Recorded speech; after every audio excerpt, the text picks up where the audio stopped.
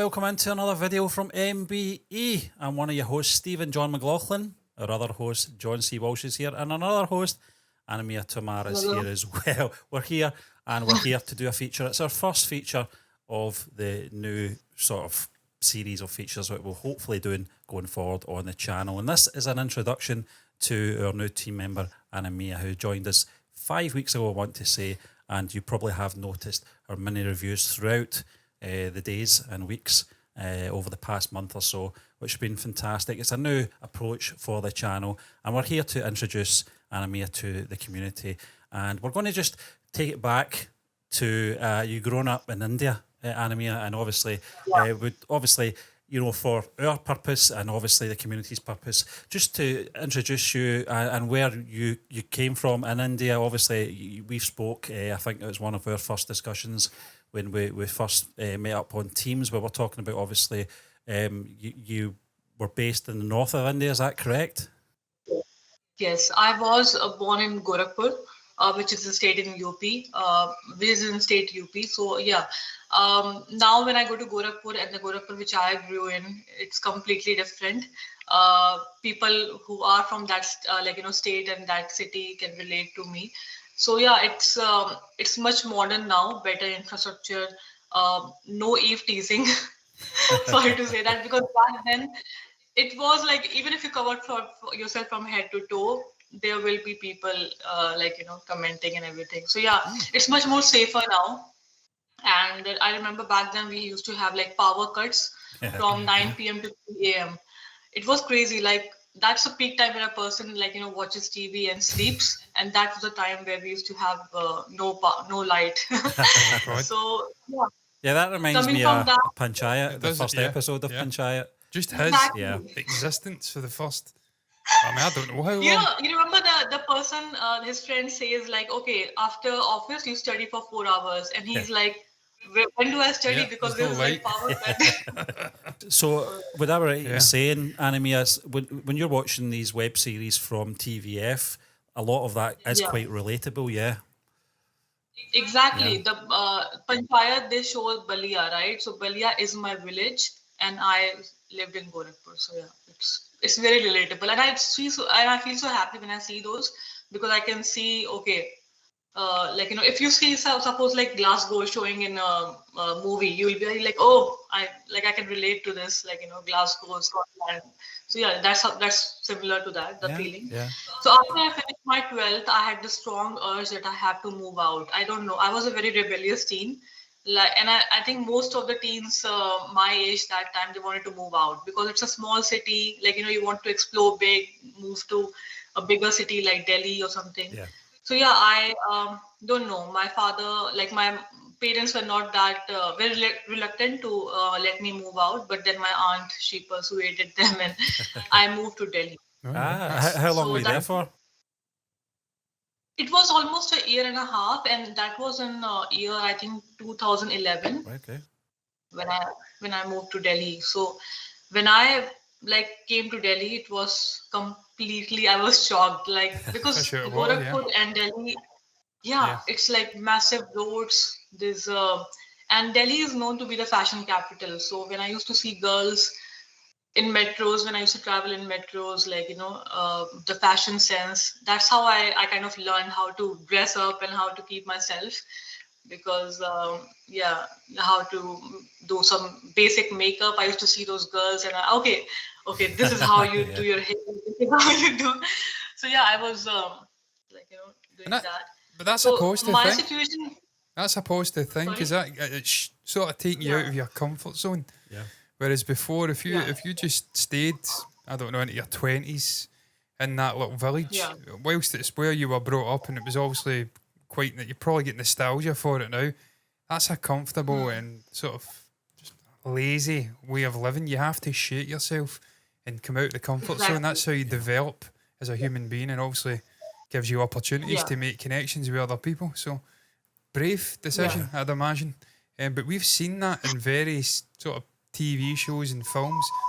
Sort of people coming from a smaller village and then making the decision to go off, perhaps for study or whatnot, to a bigger sort of, urban area, and your case, obviously Delhi. Yeah, we saw that in 12 fail actually. Yeah, John. 12 fail, and we've seen it obviously in aspirants.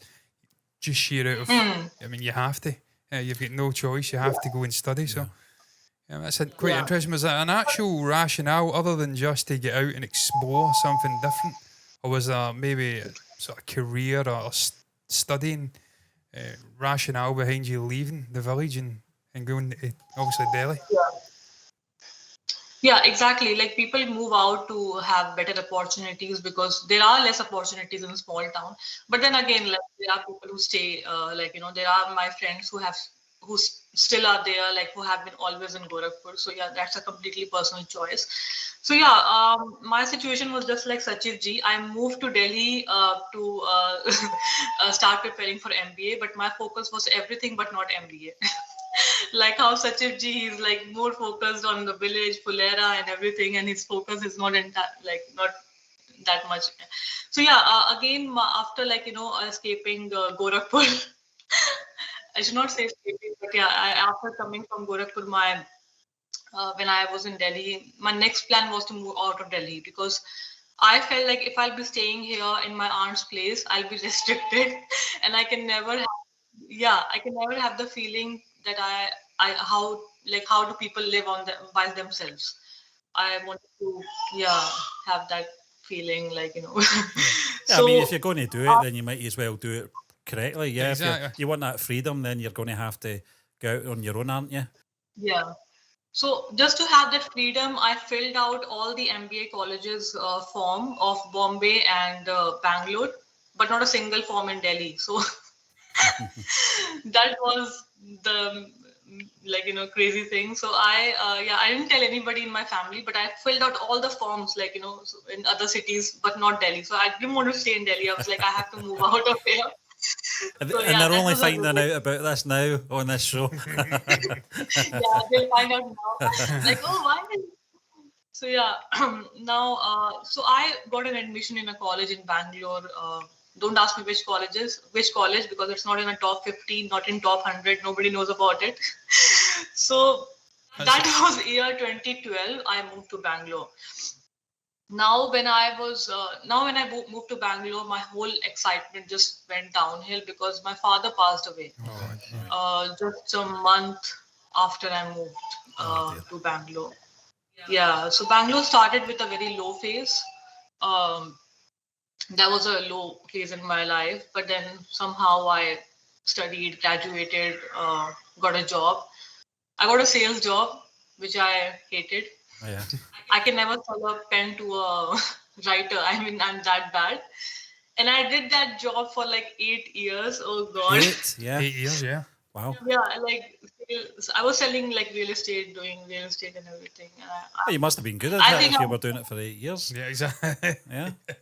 I don't know. I don't know how I made it through. Seriously, Stephen. I question that every day of my life. Is in my that work. commission sort of heavy where you are obviously paid bonuses based on how much things you actually successfully sell? Or is it just like that's a tough job then. That's quite high pressure. I mean, that takes a certain... I hate it. I was just going to say, so after that job, is that when you made the move to Australia?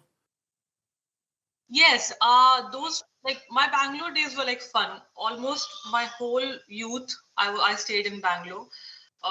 Fun days, made some good friends, best friends, met people from all walks of life, partied. Bangalore is known to be like if you guys ever plan to travel to India, go to Bangalore. You'll love it. Like if you love beer, there are a lot of microbreweries there and a lot of pubs there. It's known to be having the pub culture, and because a lot of expats do go to Bangalore because it's a Silicon City, IT and everything is So yeah, I really enjoyed my time in Bangalore, but then after 8 years, I was like done. I'm done with the traffic. But traffic is like horrible. It's a beautiful city, but the roads are narrow and a lot of people came in. They moved to Bangalore, so it's kind of congested. So a lot of traffic and everything. So yeah, I'm done with Bangalore and now I have to move on. Now where do I move? No, listen, as I said, that's important though. Yeah. Because people they get comfortable in the one place. And I find that's a real sort of United Kingdom mentality where people are terrified to leave this island for whatever reason. The ones that do are usually very successful, but there's this sort of small-minded, perfidious Albion mentality in the United Kingdom where they're terrified to leave their own city, terrified to leave the island, and it just stymies a person. Yeah. You don't fulfil your best ambition, and when people do leave, people criticise them like, why are they doing that? Why are they going? You've got to be mentally strong though to do it. You have, but Exactly. it's great for You're development. absolutely right, because here in Australia, people haven't left Melbourne like since they were born, and they don't know much, like, about they can call me probably like African, maybe, I don't know. I mean, it's like they don't know much about the world. Like, they can't differentiate between Pakistan, Bangladesh, Sri Lanka, India. They're like, everything is same. Like, they all brown people. Yep. So yeah, I mean, that's how. If you travel, you know a lot, and I think I know a bit of everything because I've traveled a lot. So yeah. That's So important after for that, life experience. Yeah. It's important for I think just so. picking For up in personal different development, and cultures and just enriching yourself as a Exactly. person. It's funny you should say that, because that was going to be the next question I was going to ask you, Anumeha, was that switch to Australia. What was the cultural transition like, in terms of just societal behaviour, really, just, going from that sort of the culture in India to Australia? Was it an easy transition for you? It was like when I moved to Melbourne in 2019. So, I mean, it's a completely different switch than moving cities in India. Like, it's a completely different country, different culture, language, and everything. And usually, things I know now, I wish I knew that time. Yeah. Like, I just got married when I moved here, like, in 2019. It was all fun. We were traveling, we were exploring together. But then there came that, like, you come to a point where it's like, and I was like, as I told you guys, I was having job for like 8 long years. And when I came here, I was like jobless for like almost a year. Yeah. After that 1 year point, when I was like explored everything, okay, how much will you travel? How much will you? I got so frustrated. I was almost going into depression because I was just jobless at home. And I didn't know what to do because, like, nobody exactly told me, like, you have to study, or because whatever you do in India, like your job, your work experience, your studies, everything comes down to zero when you move here. Yeah. And I'm sure it's like everywhere, right? So I didn't know. I was just randomly applying for jobs, cherry picking jobs, like Been there, cleaning yeah. jobs, all those petty jobs I did. I'm not ashamed of that. I did, and I think most of the people do. They don't tell you, but they do cherry picking and like farming. Yeah. I'm not farming, but job in farms. So all those, and I was fired multiple times. I'm not a. I was fired. I was paid meager. Like I was. Like that was such a. But I'm not sad about it because I'm glad that I had that experience. Because what is life like, if it's a bed of roses? I had explored a lot of ups and downs, whether in India or here. So I'm glad of that because it's a life experience. So yeah, I didn't know many things back then, which I know now. And then a friend of my partner, she came in and she's like, you have to stop, because if you get fired so many times, it's like you feel like, oh, you're not that good enough. So she told me, okay, you have to study and everything. And then I started my studying, and then I got a job which I'm doing now. That's fantastic. So yeah. This would Yeah. have been obviously just before the pandemic. I was going to say that. Yeah. And one of the things that I think it was this is when we started to sort of pay attention to your social media stuff and looking to see what you were doing, because I know that a lot of people were doing a lot of stuff online during the sort of lockdown period for their own sort of personal development, their own mental health. Yeah. You know, and also to help others as well. And that was one of the things that caught my eye about a lot of your early stuff on Instagram, a lot of your early stuff on YouTube Shorts as well, Anumeha, was tutorials, as you mentioned, on makeup, on cooking as well. And obviously your daily vlogs as well. I think one of the ones I saw a couple of weeks ago was the walking walking and talking. The walking. And I thought Yeah. a lot of people are doing them, and I think they're great to watch. And especially at that time during lockdown, I think that helped a lot of people in a difficult time all around the world at the time. Was that one of the reasons that you took to doing vlogging? Was it because of the pandemic? Was it something more of a sort of a personal journey for yourself, or was it something you were always interested in doing anyway? Right, John. Right, Stephen. So, in 2020, I think just when I came to Melbourne, the Corona, like COVID came in, not Corona. Sorry. I wish it was Corona, believe me. But it was. It's coronavirus. Corona, go. Yeah, exactly. So yeah, that was the time. Exactly, COVID came in and everybody was like, stuck at home, and that's when I was jobless, as I told you. I was like, okay, so I'll start YouTube. I'll start making videos, whatever I do and everything. So yeah, I started with the main motive of being busy and everything. But then I was not in a very good mental state that time. I quit in 6 months. I just couldn't continue doing YouTube. But then again, when my baby was born in 2023, so I was home. And then I had a thought like, okay, I should continue this. I should not. If I would have continued YouTube since 2020, I think I should. Now I would have got some sustainable amount of subscribers. Yeah. But yeah, I regret the decision of quitting that time. Yeah, persistence is a key. It really is, yeah. Definitely. We're not the biggest channel by any means. We're probably just a speck of sand in the grand scheme of things. But we've seen, certainly in our time, a lot of channels that came up with us and they've just disappeared one by one because it takes a lot of time. It takes a lot of dedication. You've got to be passionate about it.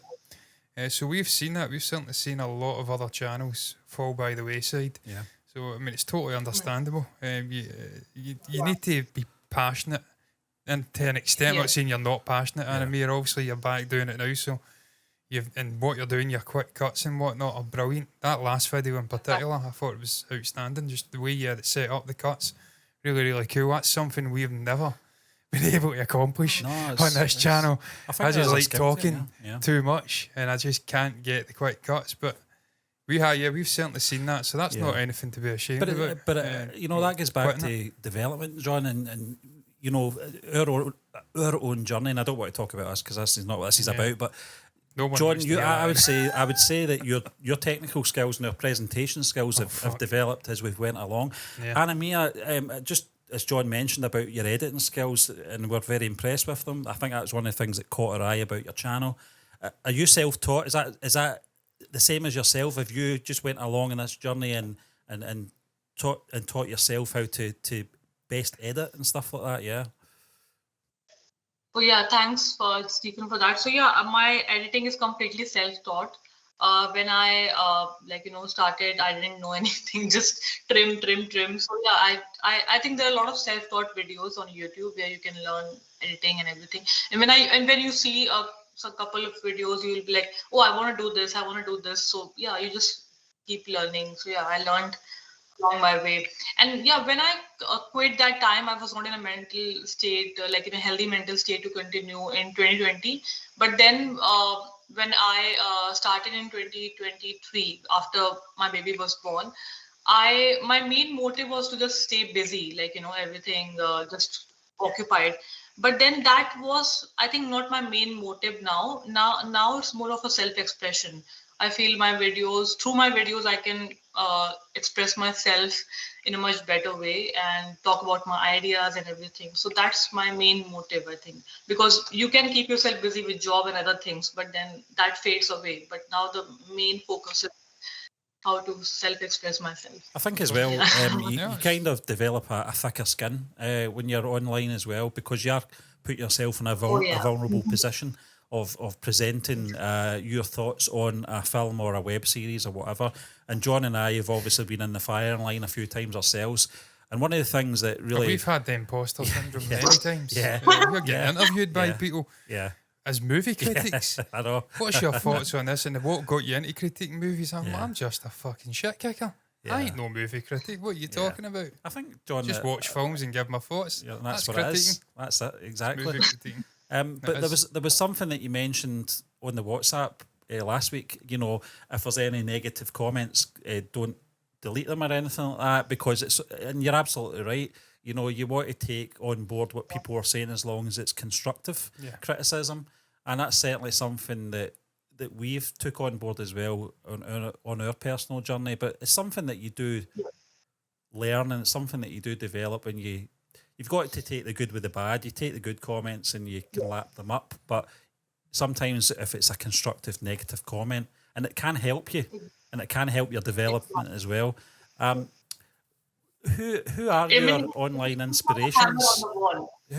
Who in terms of YouTubers, is there any YouTubers out there that inspire you? That in terms of your tutorials on cooking, your tutorials on vlogging, and obviously in makeup and stuff like that, is there ones that you've seen that you thought, I can do that and I can do it better? That feeling actually comes. I think it must have come to you guys also. Like, I can do better than this, or I should be in this place. Like, yeah. So yeah, I mean that feelings does come, and there are plenty of influencers and content creators which I'm really inspired from. I think there's her name is Operation Nikki. She does more of organizing and cleaning stuff, which inspires me. And there's a lady called Amanda Rose. If you see her house, it's a mess. It's like an earthquake came. Yeah, she has 2 babies, and her house is a mess. I think she's based out of USA. So that really inspired me to have the confidence that I can show my house as it is. I don't have to like clean my house, do that aesthetics thing, and be the trad wives, traditional wives. There's a concept where they show that they are doing the household stuff, but that's their actual profession. Yeah. To be in front of the camera. So they show that, we are like traditional wives. We make cereal from the scratch and everything, but that's not the case. They are not traditional wives. So I mean, Amanda Rose is completely opposite that. She's like, okay, this is my diaper, 5 diapers are here and everything.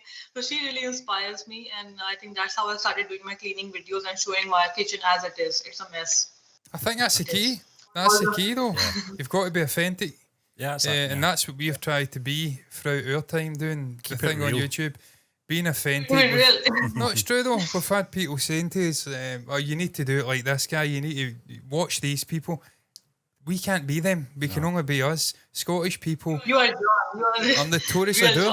Yeah. Well, we're just not as excitable as American people, or as maybe someone from another country that's been brought up with a different culture. We're a little bit more sarcastic and cutting, and a little bit more level-headed with the way we approach things, and in my case a little bit psychotic at laughing at things I shouldn't be laughing at, but it's authentic. Like you can only be yourself. Laughing at fucking people getting stabbed in the head and whatnot, but that's authentic to me. You've got to be yourself, and if that means if you're doing a vlogging style channel, showing things as they really are, that's just showing people, look, this is me. They can relate to that because they're like that. No one, unless you're a psychopath, is living in a pristine clinical environment. So you've got to be authentic.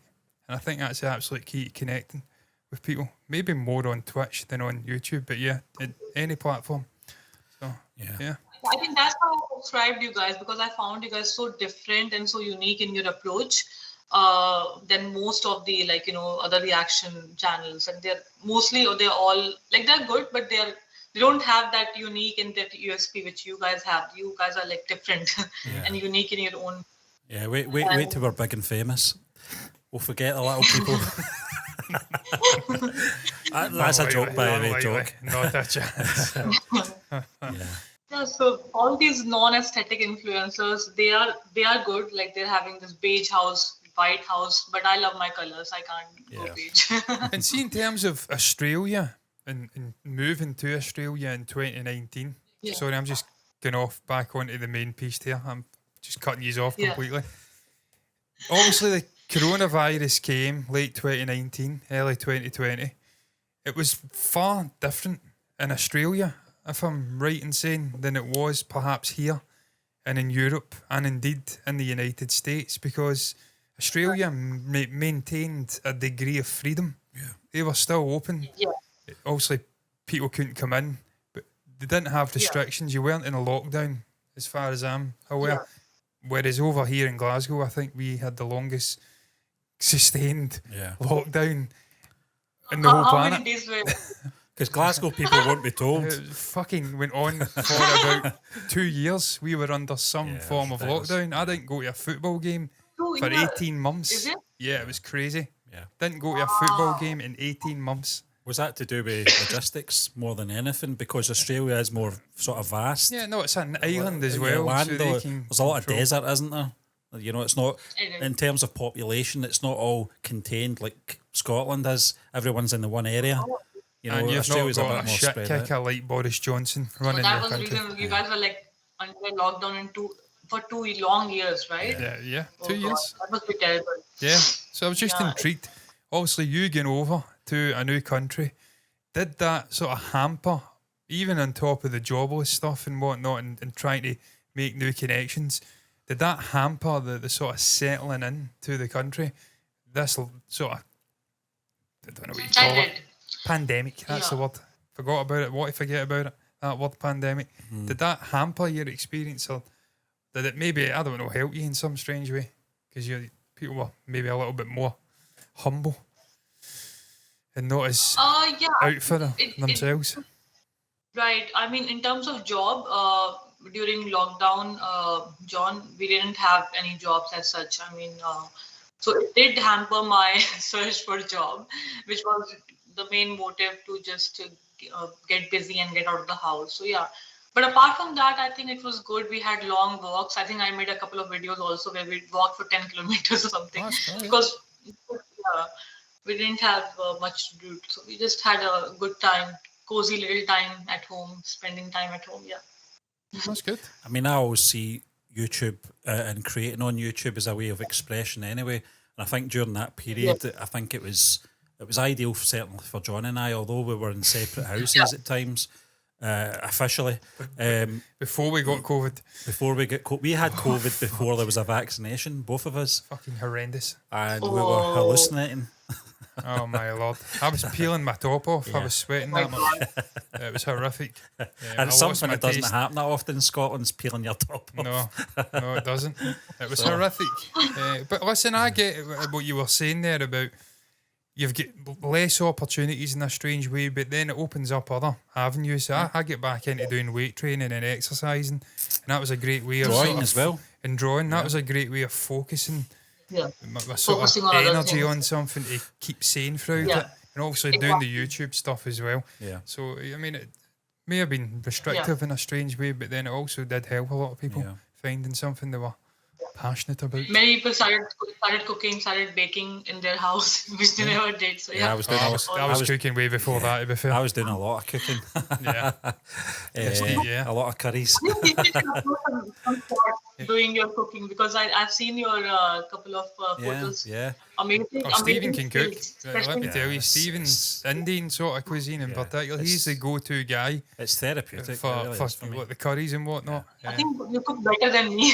I doubt that Indian very much. cuisine. I doubt that very much. That's something I need to exchange. I need to try and get some desserts. I mean, I'm good friends with a guy from Hyderabad in Andhra Pradesh, and he produced some of the greatest Oh. food that I've ever ate in my Yep, entire life. yep. And I still forget the name of it, but he made deep fried orange things, thin things. It was a sweet and fucking unbelievable. Unbelievable.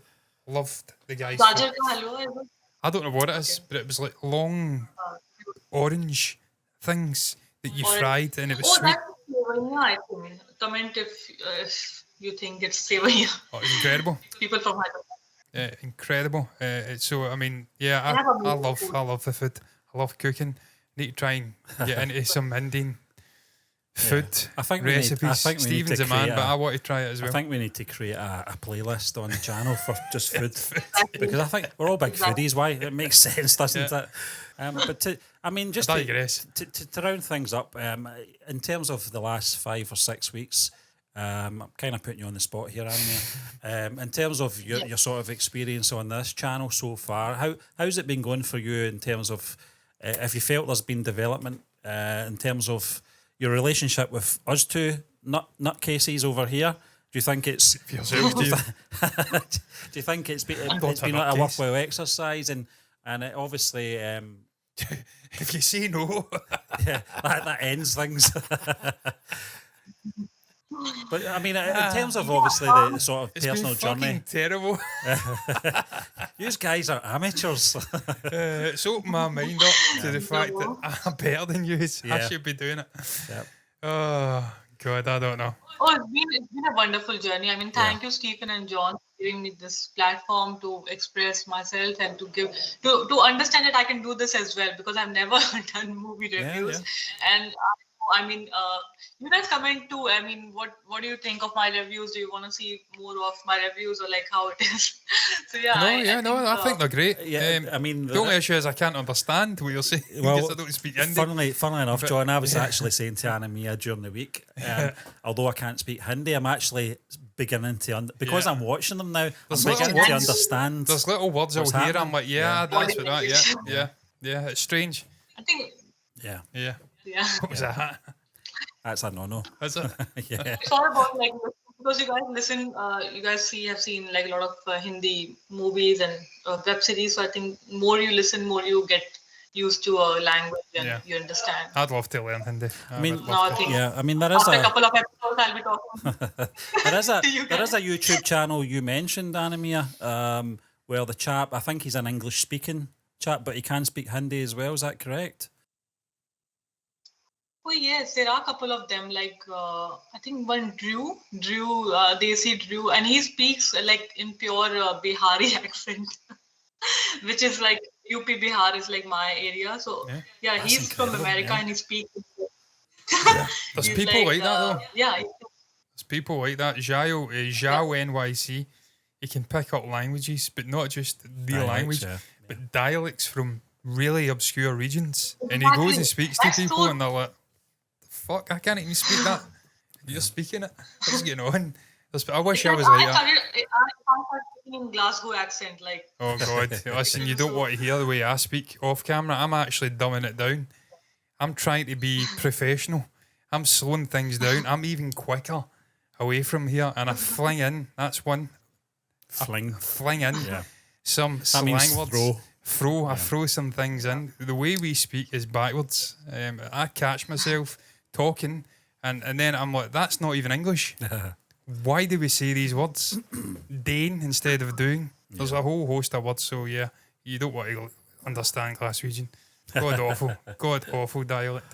It's just so difficult. I think the time zone here at times hampers the channel, because obviously the time zone, we're kind of in between the world, if you like, in terms of Australia and in terms of America. We're in the middle somewhere, and just when things are kicking off, we are the time. It starts here. When things are sort of breaking, we're either sleeping or we've missed it. That kind of thing. That's just the way it is. We've just got to accept that. But, I don't know if you want to wrap this up, man, because you're good at wrapping things up. I'm not.